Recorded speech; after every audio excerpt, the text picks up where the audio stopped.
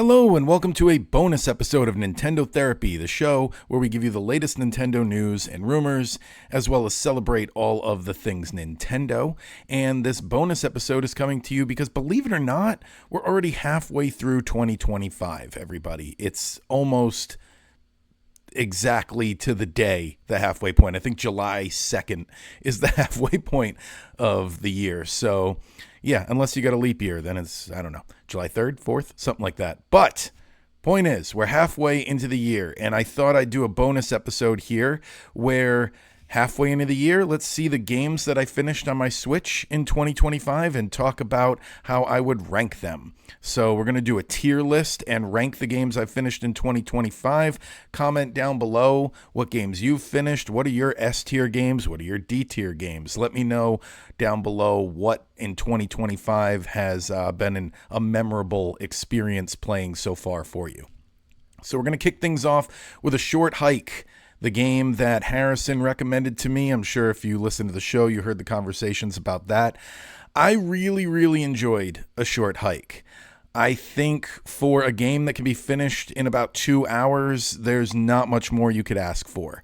The only thing I would ask for, which I mentioned in our podcast, was I would have liked a map, but I think the whole philosophy there is that you're supposed to feel more like your backyard and not that you're on this like epic journey.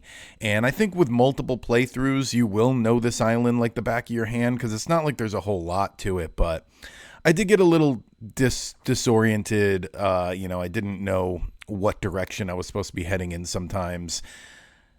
I mean, even though this is a game where there's not really ever a time where you're supposed to be heading in any direction other than up to the top. But I was trying to find my way back to things to give characters items that were lost that I found or things like that. And I would just get a little lost. So that was my only critique of the game, is that got a little frustrating. But other than that, like, everything they put into this game is fantastic. It's got fishing mechanics. It's got little mini games. It's got gliding games. You can drive a boat. There's little hidden caves. It's just, there's so much packed in to A Short Hike. But that map thing, that I did get a little frustrated from time to time. But for a game that you can finish in 2 hours, it's really hard to hit S tier with a game that short. I should also mention that the story has a lot of heart to it, the bare minimum story that there is. So, I'm going to put this one on A tier, and I'm pretty comfortable with that because, like I said, it's just, if a game is that short, it's really hard to hit S tier. It's just not the fault of the games. It's just, that's the best it could do with what it did. Moving on to my first disappointment is Mario and Luigi Brothership. I had such high hopes for this game. Mario RPG is like my favorite game of all time. I like the Paper Mario series very much as well. Was never really big on the Mario and Luigi series. But everybody hyped this up when it was coming out, saying like, oh, it's just as good as the other two Mario RPGs. Some people even like it better. So I was very excited. And then I have to say, this is a game that it's the opposite of A Short Hike, where A Short Hike is very short. This game wears out its welcome. It just keeps going on, and it's not really doing anything new. So it's feeling kind of repetitive. I've spent like 70 hours playing this game this year, which was way too long for, I 100%ed it. You don't have to spend 70 hours, but it's just way too long for what's on offer here. That said, the art style's fantastic. I would like to see more Mario games that look super cartoony like this one does. It's got that cell shading effect. The combat was fun until it wasn't. It's one of those where it's like the great, and now you're like, okay, well, this is getting repetitive. So it had that going for it. The exploration was cool. It had you backtracking a decent amount, maybe a little too much, adding to that playtime. So that said, it's not a D tier game because it does have redeeming qualities, and I'm sure someday I will do another playthrough, but it's not going to be anytime soon. So I'm going to put that one on C tier. I'm comfortable with it there. It's just, if they had really cut out a chapter or two, it would have been perfect. But because, I don't know, this type of game, Mario RPG, the game I said is my favorite, is a short game. So that enables me to every year make sure I do a full playthrough. Like if I start that game, I'm going to finish it. This game is the type of game where you might start it a couple of times and just decide it's not worth finishing. So I think if they made it shorter. I think they were too worried about packing too much content into it. I think they should. I think it just should have been shorter. That simple. And then back to back because of alphabetical order. We're on Chrono Cross now. Here's where I might get some hate in the comments. Chrono Cross, if you liked it, that's great. I'm not attacking you personally, but this game just was not for me. I've never seen a game so uninterested in teaching the player how to play the game. There's almost no tutorials. They throw you right in the deep end, which I'm sure is a positive for some people who are on their 10th playthrough of this game. And it's kind of like when you play Ocarina of Time and you're like, why do you keep telling me how to open a door? I know how to open a door. I wish I could skip the Deku Tree. But for me, there was just some things in this game I never even figured out what they were. Like some stuff that was on display during the battle map, I never even figured out what the relevance of it was. So I don't know. I appreciate that they tried to reinvent the wheel here. And they didn't want to do just a standard Final Fantasy style combat, but I don't like what they came away with the combat, and that's not even getting into the story. The story is impenetrable. I watched multiple YouTube videos to try to understand it, which I shouldn't have to do in the first place, but even after watching them, I still don't really understand what was going on. And I wonder if that's because there's so many characters that you can recruit to your team that maybe that lost focus a little bit. I don't know. I also you have to play this game with a guide. So there was almost no point in this where I knew where I was supposed to go next. And this is the type of game where it expects you to have every location's name memorized. What was the name of that cave? What was the name of that swamp? Because it's going to tell you to go somewhere, but you're like, I don't remember where that was. So I don't know. Maybe this is my fault. I'm a huge Final Fantasy guy, as we'll talk about in a little bit. So I love Square Enix RPGs. I loved Xenogears when they did that on PlayStation a little before this one. It's just this one did not click with me. I'm sorry, guys. It's D tier for me. It's just and to be a follow up to Chrono Trigger too, which is a game I love. I don't know. I was just disappointed. I'm sorry. I was. Moving on. Final Fantasy. Told you we'd talk about it. The first Final Fantasy game is basically Dungeons and Dragons. It's not Final Fantasy yet. It hasn't found its identity. But that's almost a positive for me about it. Every time I go and replay this game and go back through the series, it just is like bare bones RPG, this game. It's like, okay, level up your characters. That'll level up your stats. And you'll be strong enough for the bosses. That's really, there's no complicated job system mechanics. There's nothing about leveling specific magic spells, materia, or magicite. There's just straight up level up your characters. It's almost like the first Dragon Quest game. Bare bones RPG, and I love it for that. I'm going to go B tier on this one. It's one that I return to very often, and it's just fun. It's a fun game. I highly recommend Final Fantasy as if you're looking where to get into the series. I would honestly say starting at the first Final Fantasy Pixel Remaster, don't play the original. A lot of problems with the original they've fixed over the years. Playing that Pixel Remaster is a fine place to start if you're looking to start in the 8/16-bit era. That's the problem with telling people where to start Final Fantasy, right? It's like, well, do you want a classic NES RPG, Super NES RPG? Do you want a PlayStation era RPG? Do you want a PlayStation 2 era? It's depending on what era of gaming you're looking for, there's different recommendations for where you should start the series. And if you're looking to just experience the series in its totality, or you're looking for one of the early 8/16-bit RPGs, I'd say that's a fine place to start. And then you can work your way up to 6. You can skip a few along the way, which brings us to our next one, Final Fantasy II. I would say do not start here. I would say you could skip this one if you've heard things about it and it makes you a little nervous. Come back to it, though, because I'd say over the years, they have done some decent improvements on Final Fantasy II. It had this horrible thing going for it in the original version where not only was the leveling system kind of broken in that, like, it's one of those things where the more you use something, the more it levels, which sounds good on paper. But what it results in is to level up your hit points, you end up hurting your own characters just so they receive enough damage in a battle to level up their hit points. And there's also parts of the leveling mechanic in the original where you can fight battles and gain nothing.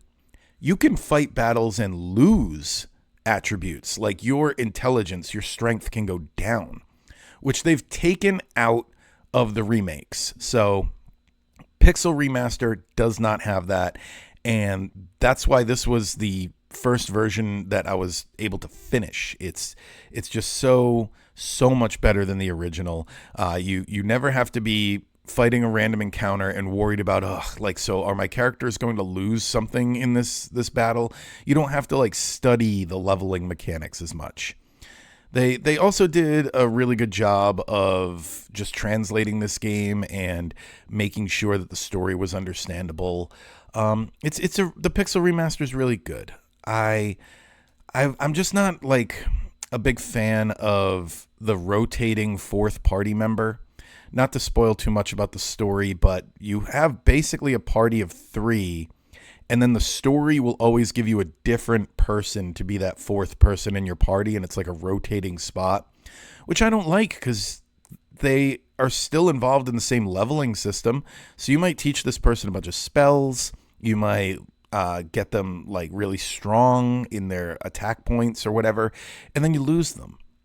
So I don't like the rotating fourth party member. It also made it hard to feel like it was us against the world kind of team, like we're going to bring this empire down feel that later Final Fantasies have. What else was I thinking about this game? Another thing that I disliked about Final Fantasy II that I don't know if they can really fix is because of the leveling system. When you go from town to town, you're not really upgrading your armor, which is one of the best parts of an RPG. This is a criticism I have of Chrono Cross too. You are almost never buying new armors and weapons in that game.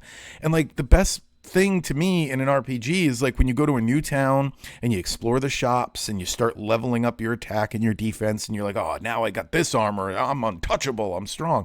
Like I love doing that. Or buying new spells. That's something in this game that eventually you stop buying spells because the enemies drop them. So it's something where you just even stop going to shops altogether. All right, I can't spend this whole video talking about Final Fantasy II. I think C tier is a fine place for Final Fantasy II. It's just the best that game's ever going to be for me is a C tier game. And Final Fantasy III, I also finished this year. Can you tell I'm working my way through the Pixel Remaster? So Final Fantasy III to me, I'm going to put that even above Final Fantasy. I think of the original NES trilogy, this is the best version. It's almost like they realized 2 was a mistake and they said for 3, you know what, we're going to do like a remake of the first game, but better. Because the story is very similar, but now you have a job system where your characters have different abilities depending on what job they're assigned, and you can change the jobs at any point. And it's just, I don't know, there's a lot of depth there. It's begging. I don't know how it doesn't have this. This game is begging for a post-game, like, optional super boss dungeon. Because they give you the 2 strongest jobs, like, 5 screens before the final boss. So you don't really get to enjoy them. And I think they should have had because after you beat the boss, it does do this thing where you can save your game after the credits and you start off on the overworld map again. And what that's for is if you want to complete the monster compendium where you collect that and like fight every single monster in the game. So if you're going to put me on the map anyway, give me a nice optional end game dungeon to do where I can now fully use these really strong optional jobs that I just got.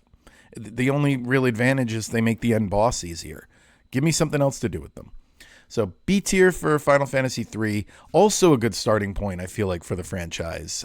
Because if you're like, well, I don't want a bare bones RPG, I think you could start with 3 as well. I really do. And then you see where the job system originates, and then you play 5, and you see where they perfected it. So moving on, another game I finished this year was Ghostbusters, the video game. I love Ghostbusters. I am super obsessed with the franchise. I have a Proton pack. I have a full Ghostbusters cosplay in my closet. So I just want you to know that this is coming from a place of love. I remember how hyped I was for this game way back in the PlayStation 3 era and the Nintendo Wii, which I bought both versions. That's how hyped I was for this game when it first came out, because the Wii had some subtle differences to it, besides the art style, of course. So this game, I have to say, on my recent playthrough, it didn't hold up to my nostalgia for it. It is very repetitive. You only really have 4 things you can do with your Proton pack. And it's great for feeling like a Ghostbuster for a little bit, but there's not a lot of meat on the bones to this game. It's very short. It's very basic. It's very just get to the next checkpoint. I don't know. I don't think this game is held up, is what I'm saying. And it was so funny watching the visuals, because I remember being so impressed with the graphics when this was on PlayStation 3, because again, I also had the Wii version, which was basically a cartoon. And now you look at them and you're like, I can't believe these graphics were ever impressive to me. So that said, it's great that it basically functions as a Ghostbusters 3. The story is solid, and if you ever want to play it for those reasons, it's not completely without its merit. It's really cool that they got all the original Ghostbusters and Janine back for one last voice session. I mean, for one last adventure, even if it's just their voices. So I'm going to put this on C, I think. It's in the C range because it hasn't held up. It's almost like it's moved down over the years. I'm sure when I first got this game, I probably would have put it at S. And then like every year, it's kind of dated itself. I don't know. I feel like the Ghostbusters live action movies they've been doing, by the way, they're okay. I really think they should go the way Ninja Turtles has gone with Mutant Mayhem and just give us a cartoon, because then you can... I mean, they would never at this point make Ghostbusters 3 because they've gone so many different directions with the franchise. But maybe a reboot, I don't know. Something with a cartoon. Ghostbusters is a franchise that works really well with a cartoon. You got all these monsters and ghosts and goblins and special effects heavy things. Make it a cartoon. Then you could keep the budget down from what these live action films are doing, where they seem to each just kind of be breaking even. Anyway, this isn't a movie podcast. Moving on. Golf Story. I finished Golf Story this year. I've had this on my Switch forever. I did a few start-stop attempts where I got a little bit into the game and then something else caught my attention, and then I got a little bit in, something else caught my attention. This was the year I finished Golf Story, and I loved it. I loved it start to finish. I never stopped playing it before because I didn't like it. It was just something like a new release would come out, and I would end up coming back to Golf Story like, oh, I don't remember where I am. I haven't played this in weeks. I'm going to start a new file. And it just kept happening that way, which is weird because it's not a long game. I played a lot of short games here. That's how the list is so long. And I'd say this is the perfect length, though. It finishes right about the time you start to think there's not much more you want out of the experience. By the time you start feeling that, you're already in the final tournament. It's just a really cool, if you don't know what this game is, it's basically a golf RPG. There's a story. The story is not anything special, but the gameplay is. So I'm going to put this at A tier, I think. It's really good. It's like a high B, low A, but I'll push it over the fence. I think it belongs in A. It's a game I will come back to. So, A. I also have the definitive edition of the Grand Theft Auto trilogy. Started that this year. GTA 3. Here's my thoughts on GTA 3. I don't know why people don't have more nostalgia for this game. Like, people look back at the games they played in high school from this era and have tons of nostalgia for them in major franchises. Like Final Fantasy X came out around the same time. Final Fantasy 12 too. I don't know how close this was to which one, but both those games people have a ton of nostalgia for. But I feel like Grand Theft Auto is this franchise where people only really talk about the newest one and they don't go back. Maybe they'll talk about San Andreas every now and then, or Vice City because they like the 80s charm. But I don't know. I feel like this one is one that history is rewriting its importance a little bit. Like, people forget how groundbreaking this game was. It was one of the first open world games people played where it was on a console. You used to have to play PC games for something like that. And just the fact that you could kind of go through this game doing whatever you want was mind-blowing at the time. And the content, the adult content, was mind-blowing at the time. There were like news stories on like Dateline NBC and stuff about how violent this game was and the adult themes. So it's funny to look back on how basic it is with all that in mind. Let me see. I think I'm comfortable with B tier for Grand Theft Auto 3 just because I have the nostalgia for it. I think there are some people who would put that down on a D just because every Grand Theft Auto since has been better. But I don't know. I love this game. Came out my senior year. Perfect time for that type of nostalgia overload to take you over. All right, moving on. We've got Mega Man 7. Also working my way through the Mega Man games. And Mega Man 7, I got to say, you guys are sleeping on this one. This is a fantastic Mega Man game. The different art style is a little weird at first, I'll admit, for the classic series. They tried to emulate the Mega Man X type of visuals. And it does have this weird thing that takes getting used to where the sprite for Mega Man takes up a little too much of the screen, so you don't have as much wiggle room. But once you get used to it, I completely turned around on this game this year. I started it up being like, okay, this is going to be a game. I'll finish it in like 6 or 7 hours and I'll move on to Mega Man 8. But I was super impressed because people don't talk about the fact that this is the game in the franchise where the store became a thing and you could buy you could like buy E-tanks and you could buy different abilities for Mega Man. But also, everything they sold in the store was hidden somewhere in one of the levels where you could get it for free if you knew where to look. And that encouraged backtracking and replay value that the Mega Man series, I don't think, has experienced since. Like, it has not gone back to that type of thing. And I think we should be applauding this game for that. Like, Capcom is struggling with what to do with the Mega Man series. Give us some of that. Give us a reason to go back to these levels. So I'm going to put this, it's not A, because it is 7 games into the series. It's above Grand Theft Auto, though. I'm going to put this at a mid-level B. It's worth your time, though. If you're into Mega Man, don't believe the hate online for this game. It's an underrated gem. There's a Jurassic Park level in that game, guys, which I forgot. There is a level complete with like the electric fencing and the T-Rex and everything. There's Jurassic Park inspired level game. There's one level that's like a Castlevania with robot zombies and vampires and ghosts and ghost robots. Yeah, figure that out. So play Mega Man 7. I recommend it, even though I only put it on B. All right, so this one's going to take some explaining because I don't think anybody knows what this game is. But Mutant Mudds was a game. There were 3 games that I bought when I first got my Nintendo Switch because I had Breath of the Wild and I was desperate to just have something else to play on the Switch for if I was like stuck on a shrine or something. And I was like, you know what? I want to play something else right now. This game started as a DS game that eventually got a port on the Wii U.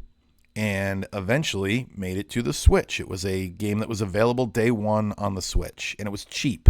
I believe this game is like $9.99, or the deluxe edition might be $20, but that's got 3 games inside of it. So yeah, it's not an expensive game. So that's why I got this, and it has been sitting on my Switch unfinished since the day I bought the thing on launch day.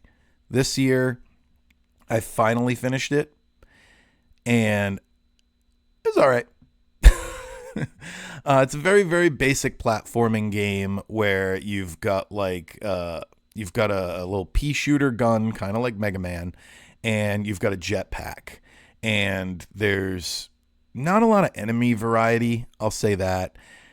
It's almost puzzle solvy at points where you have to figure out how you're supposed to get your character to a certain area because your jetpack doesn't let you reach it or whatever, but you realize you're just supposed to play with a certain power up to reach there.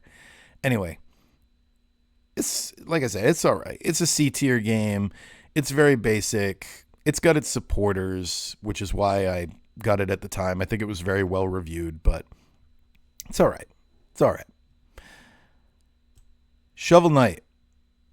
This is another game that I slept on. Another game that I'm pretty sure I bought that first week I had my Switch and didn't finish until this year.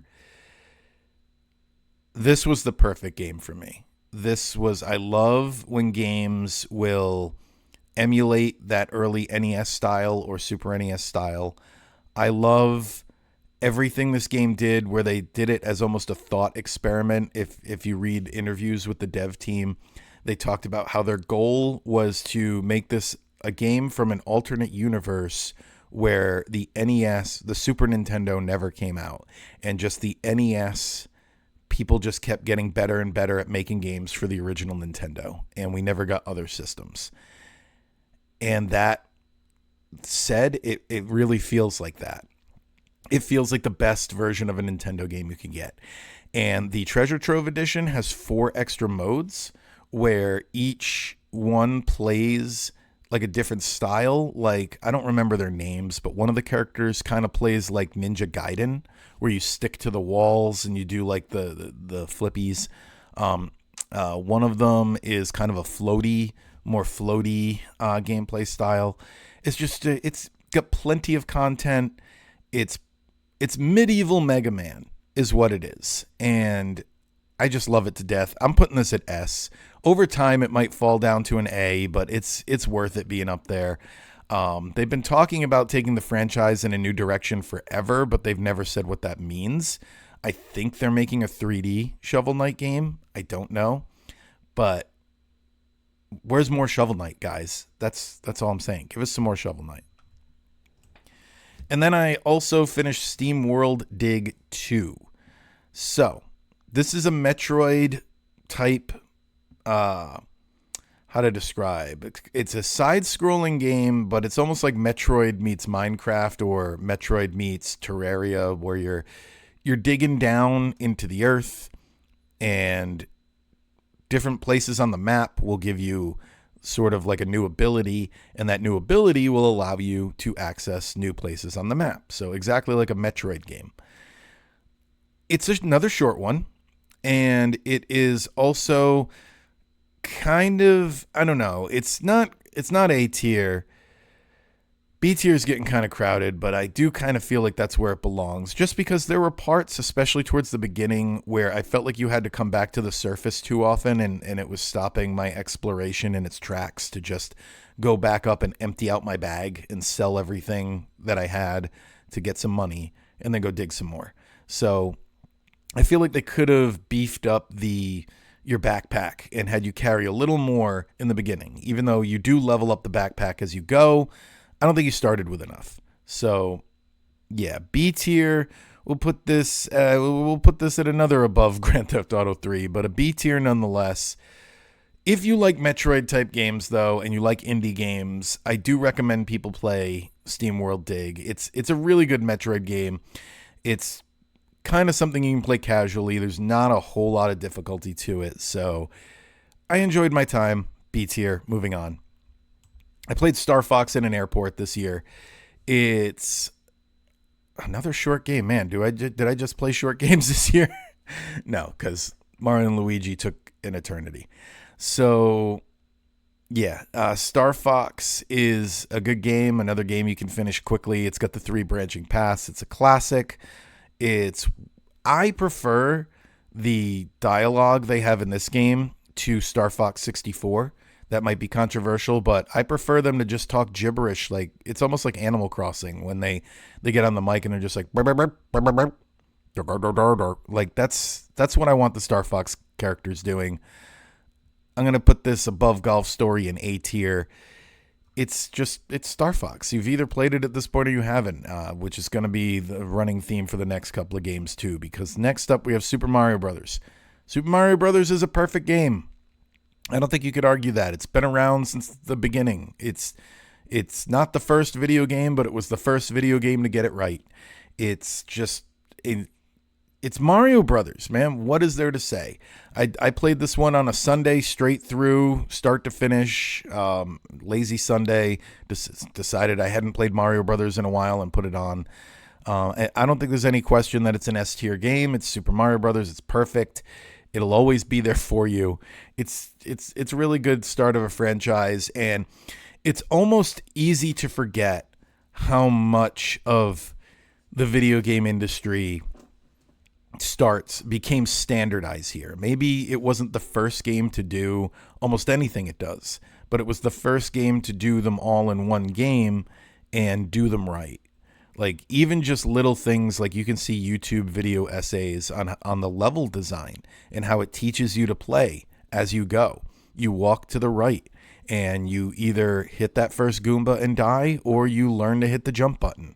So, and things like that. It introduces the fire flower right around the time you need to start using the fire flower, and there's not like too many pits to fall down over there, so you don't lose it. You have plenty of time to experiment with it and hit the piranha plants with it. So Super Mario Brothers, it's one of the greatest games of all time, as is Super Mario World.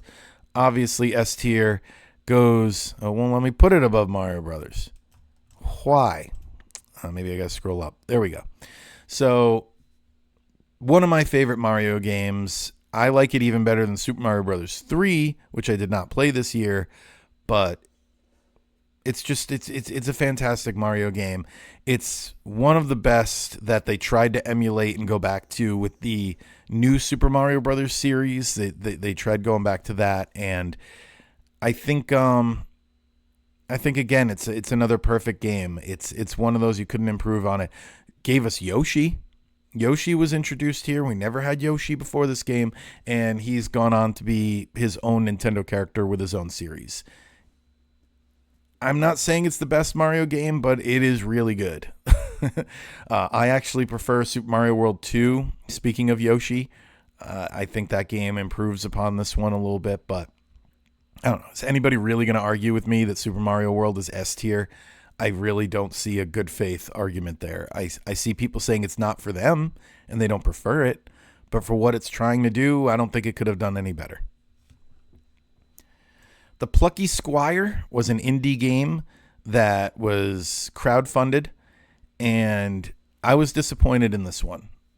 I feel like it just is very basic, and I don't know why I didn't walk away from this one more satisfied, because the combat is very similar to Cat Quest, which I loved, and this had almost the same style of combat, leveling system. Didn't click with me this time. And the new mechanics it does introduce beyond that, it's like the type of thing where you kind of only use them once or twice. Use them like once on the chapter where it introduces it, and then you'll use it again somewhere in the final chapter, and that's like it. I don't know. I'm at a loss for words for the Plucky Squire. I expected better. It's not D tier. I'm going to put it above Mutant Mudds on C tier. It's just, I don't know, guys. I've been saying I recommend this game a lot. I don't recommend this game. I was disappointed. You can play it for free if you have PlayStation Plus. I think that's what it's called. It's included in the subscription of PlayStation Plus. So if you're curious about it, give it a look. It's got this like Paper Mario vibe to it where you're in a storybook, but then you also pop out of the storybook for 3D segments. And I kind of was expecting that to be more like a Pikmin game with more exploration, but maybe because it's a crowdfunded indie game, there's just, I don't know, there's not a lot there. Maybe I expected too much. Sorry. And then the last game in alphabetical order that I finished this year, Yooka-Laylee in the Impossible Lair. This game is a masterclass in how to make a platformer. Opposite of Plucky Squire, where I went in with high hopes and was disappointed, I went in with low hopes for Yooka-Laylee in the Impossible Lair because I'm not that into the Donkey Kong Country games, and that's what this game is trying to imitate. The first Yooka-Laylee is a throwback to Banjo-Kazooie games that Rare made, and then this is a throwback to the Donkey Kong Country games that Rare made. So that said, I loved it, and I'm not a Donkey Kong Country guy, like I said, and I expected this to be just like them, but it was, I guess, different enough where I was like, this is perfect. This every death felt earned. Everything in this game felt like you were earning it as you went. The impossible lair at the end, it feels impossible. It really does live up to its title. But that said, when you keep working at it, you finish it. And the game actually keeps track of your attempts.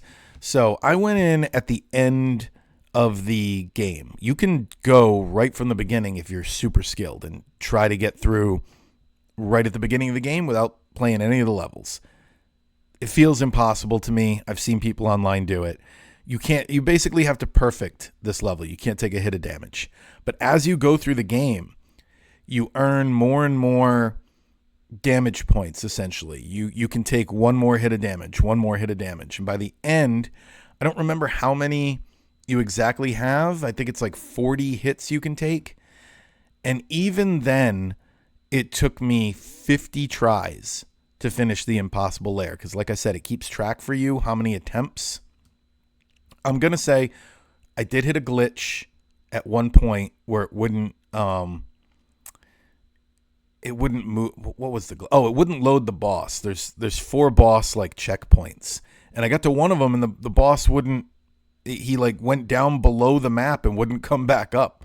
And I waited and it wouldn't fix itself. So I'm not counting that attempt. It was actually 49 attempts. Cause that wasn't my fault. So yeah, Yooka-Laylee in the Impossible Lair. Is it above Golf Story? Yes. It's not above Star Fox. I'm going to move Star Fox above A Short Hike though, because classic. Yeah, and that's the tier list. Pretty happy with it. Go play Yooka-Laylee in the Impossible Lair if you like 2D side-scrolling Donkey Kong Country type games. It's got everything Donkey Kong Country has and more. It's got the really cool concept of the impossible lair at the end where you just have to keep doing attempt after attempt after attempt. There's 4 checkpoints.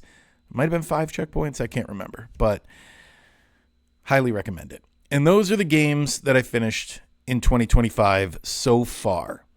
Leave a comment down below. Let me know what rankings you disagree with. Let me know what S tier games you've played so far this year. Let me know what D tier games you've played so far this year. I want to know.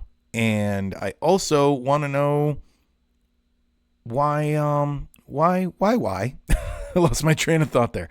I also want to know what you think of the ranking here overall. So let me know that. Thank you very much for listening. We will be back with normal episodes soon. Until then, this has been a bonus episode of Nintendo Therapy. Be sure to like and subscribe and come back for more content. We are a weekly show. We're constantly breaking down Nintendo news. And I thank you very much for that subscribe. We really needed it. I'll see you next time.